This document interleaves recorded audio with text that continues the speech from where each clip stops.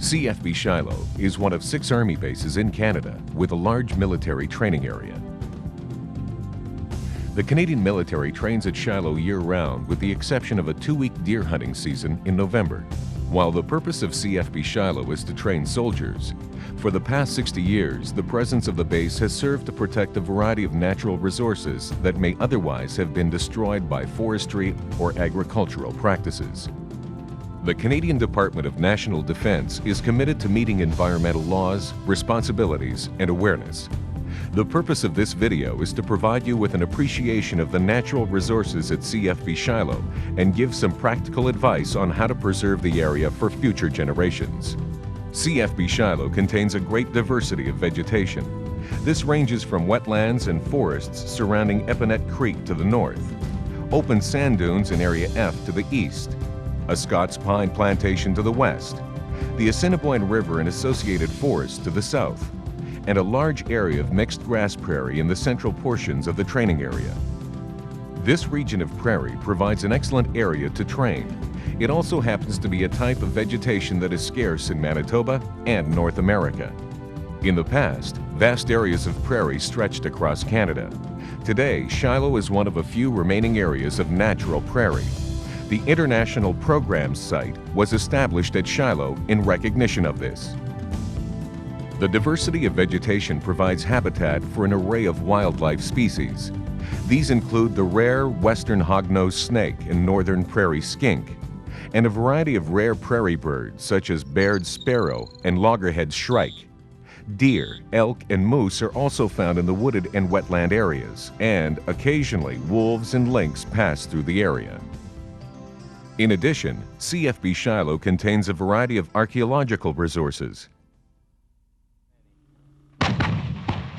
While the priority at the base is training, plans are in place to manage the environmental impacts associated with this training.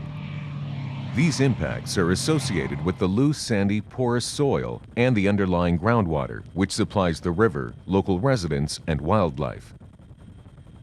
In addition, a weed called leafy spurge is a problem in southwestern Manitoba and is spreading across CFB Shiloh. This noxious weed can be easily transported to new areas where it destroys the natural habitat. Shiloh has established a biocontrol program for controlling leafy spurge in the range and training area. All vehicles leaving the training area must be washed down to prevent spreading this weed. Fire is another large concern at CFB Shiloh. While occasional fires are a natural phenomenon and help create a healthy prairie, they occur often at Shiloh, and the prairie does not have a chance to regenerate. This burned ground is particularly susceptible to training impacts. All units are required to abide by regulations relating to fire index and range fires. These are found in the Range Standing Orders. The Range Standing Orders are just one of the basic methods by which the environment is managed at CFB Shiloh. The Range Standing Orders detail the regulations governing the control and use of the CFB Shiloh ranges and training areas. These orders dictate procedures for handling POL spills, kitchen waste, waste management, and overall damage control. All commanders and OIC exercises must be familiar with the Range Standing Orders and are responsible for the troops under their command.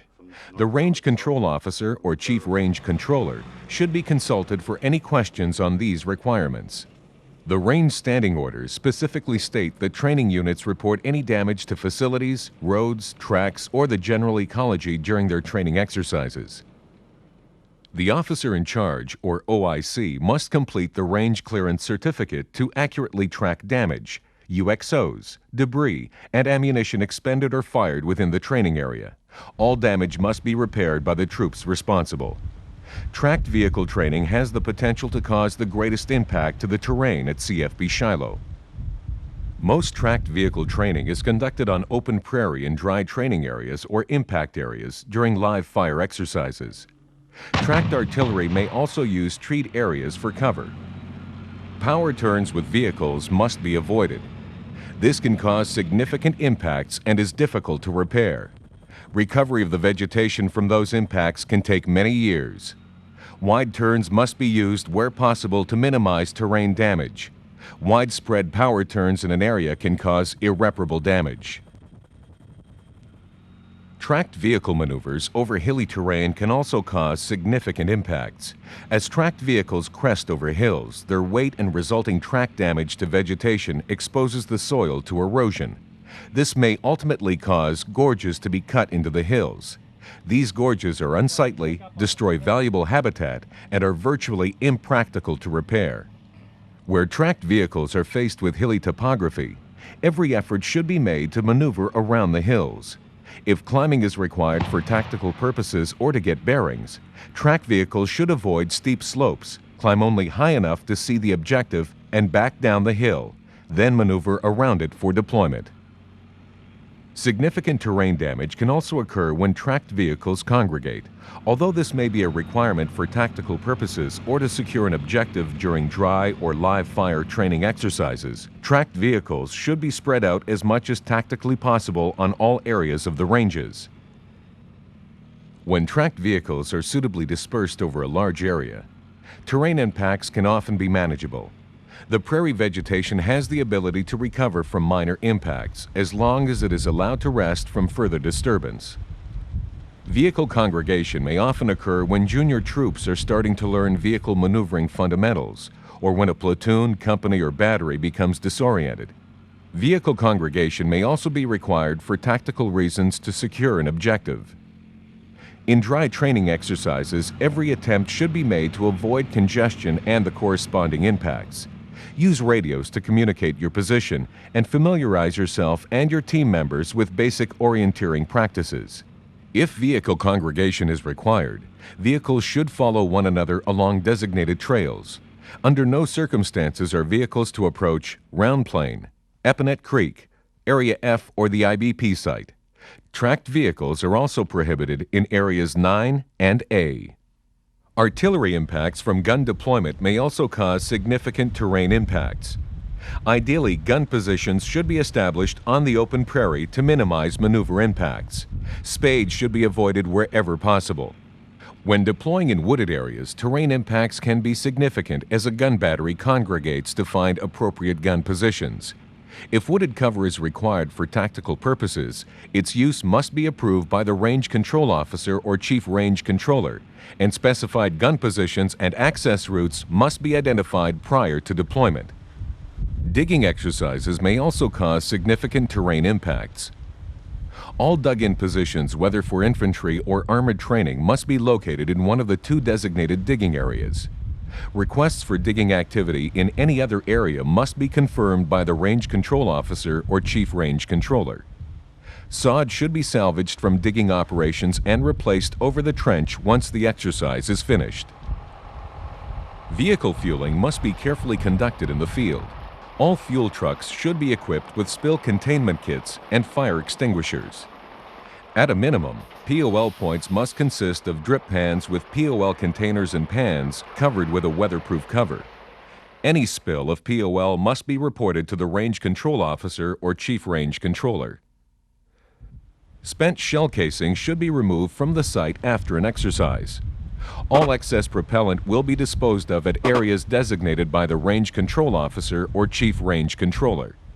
All refuse must be double-bagged and disposed of at the base landfill. Gray water must be disposed of in sumps. Cat sanitation is not permitted. Portable toilets are required and can be obtained through base construction engineers. When on exercise, do not harass wildlife. Report any significant wildlife sightings to Range Control. This information can be used to help with the long-term management of the natural resources at Shiloh. Prior to training at CFB Shiloh, COs and OICs must familiarize themselves with the range standing orders and CFP 381001. Outside units must fill out a visiting unit request and submit it to the ops and training staff at Range Control. For over 60 years, the military has successfully protected the natural resources at CFB Shiloh. However, with the bigger, more powerful equipment used today, extra efforts must be made to ensure that we do not lose any of this important habitat. You are here to train to be good soldiers. However, taking a few extra minutes to minimize damage and debris will help preserve the natural area and enhance training at Shiloh. Any questions can be directed to the Range Control Officer, the Chief Range Controller, or the Ops and Training Warrant Officer.